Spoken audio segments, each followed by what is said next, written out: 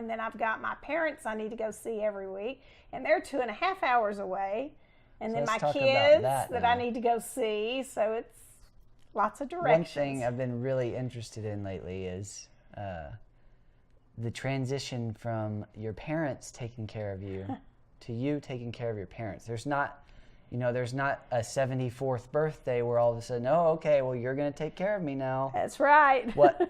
What really happens, and what I've seen in the families that I've just witnessed this in, is the parents tend to have the mindset of, I'm taking care of you throughout their life. That's right.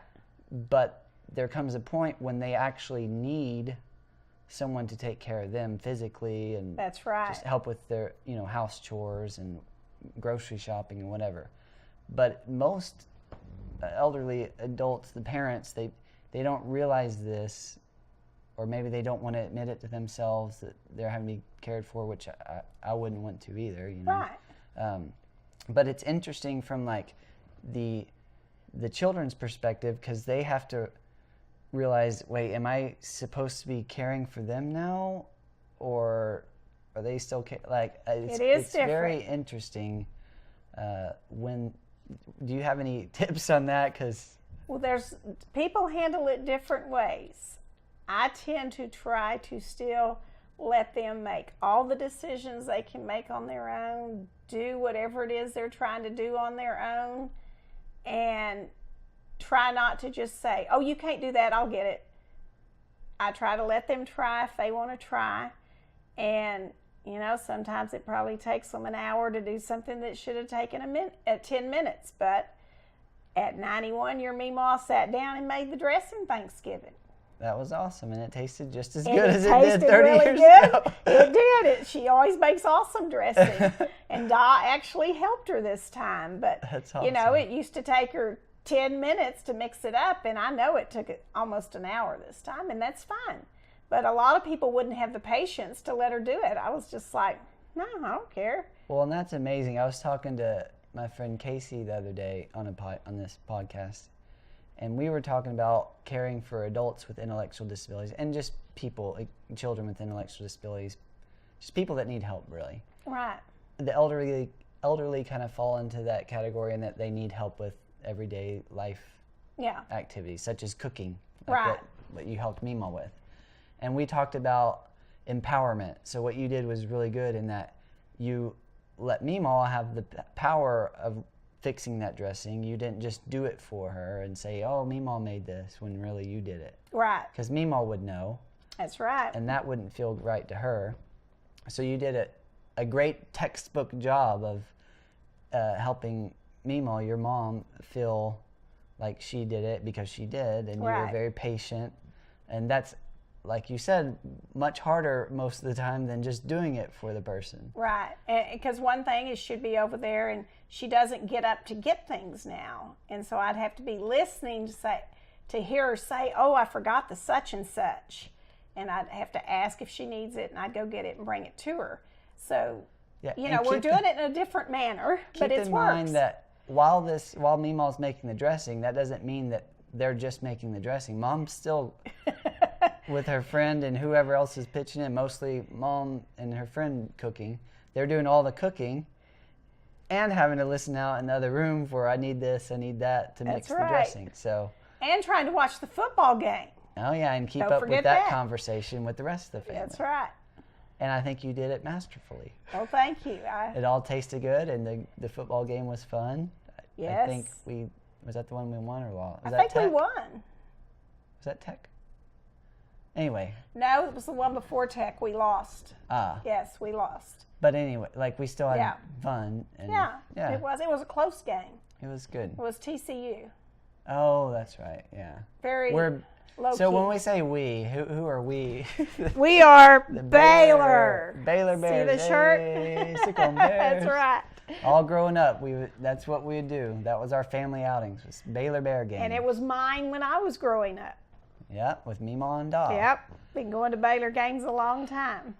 So we have all four of my grandparents, my mom, my dad, my two brothers, all went to Baylor. I went to Mary Harding. Your aunt and uncle? Yeah, aunt. Immediate family. You have a great-grandfather that went to Baylor. Really? Yes. That's Meemaw's cool. daddy. And then I went to Mary Hardin Baylor, which is the sister school. Right. That was fun. I'm like more of the a small smaller, groups. Yeah. So, and I was wanting to play tennis in college, so that's another reason I went there. But most of all, I remember when I was searching for colleges, I was more interested in the small campuses. Right. The big ones were kind of overwhelming for me to think about going to. But you were still able to enjoy all the Baylor sporting events because you were close. It's only 45 minutes or 40 minutes from home.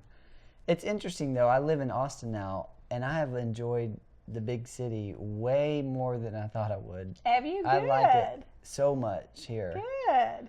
Maybe I'm just more comfortable with socializing or going out. I don't know what it is, but well, I guess it's a big city, but I still do like things where there's not a lot of people there, like hiking and pickleball and tennis. Not like go to a club, which would probably still be way overstimulating. If you don't like crowds, I'm sure it would be. Yeah.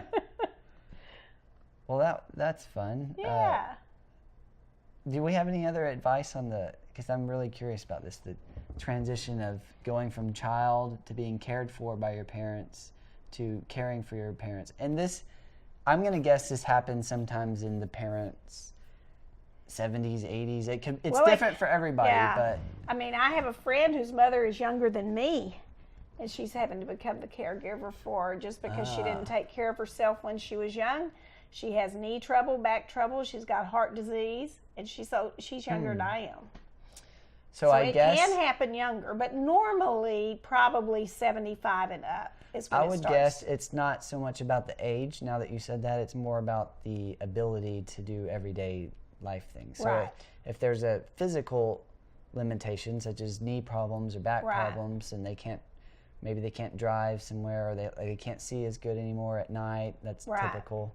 Like maybe they have night blindness or night vision problems. Maybe that's a time when you start transitioning into, well, they always took me to places for the last 30, 40, 50 years. Now it's time for me to start helping them out, getting to the store or whatever. Or plan. I think one big thing is just planning around it. When you know your mom or dad is struggling with something, maybe they don't see well at night. Well, try to plan stuff during the day. Right. If you don't want to go get them, maybe you can plan something during the day And you have to plan everything earlier, like just going to go do something. When you say, Daddy, get your shoes on, you can't expect 10 seconds and he's ready. Yeah. You like 15 minutes ahead of when you want the shoes on. You now say, Daddy, get your shoes on. And then 5 minutes later, have you got your shoes on yet? And so you have to do the constant reminders. But I think that's better to let them be independent and put them on themselves rather than, like so many do, run over there and say, here, give me your foot. Let me get your shoes on you. Yeah, I think. And so you have to adjust some things. Coming from the field with intellectual disabilities, and I would totally agree with that. You know, you wanting them to feel like they still have control over their life, because they do.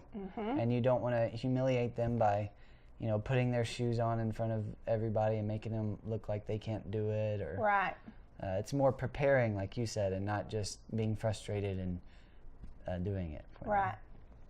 So that's interesting. And then, of course, you have the physical limitations and then the mental limitations, which is even more difficult in general to assess. Yes. When your parent starts forgetting stuff, it's like, are they just forgetting something, or do they actually need help scheduling? Like, is it something where I need to step in and help them schedule these things because they're not able to do it? Right. I knew with my daddy that he was, how would I put it, to the point of wanting other people to start making some decisions for him, because growing up and into his 60s, I guess, he kept a sheet of paper in his pocket with a list. How he wrote that small, I don't know, but with a list of all the things he needed to get done. I forgot someone's coming today. Oh, okay.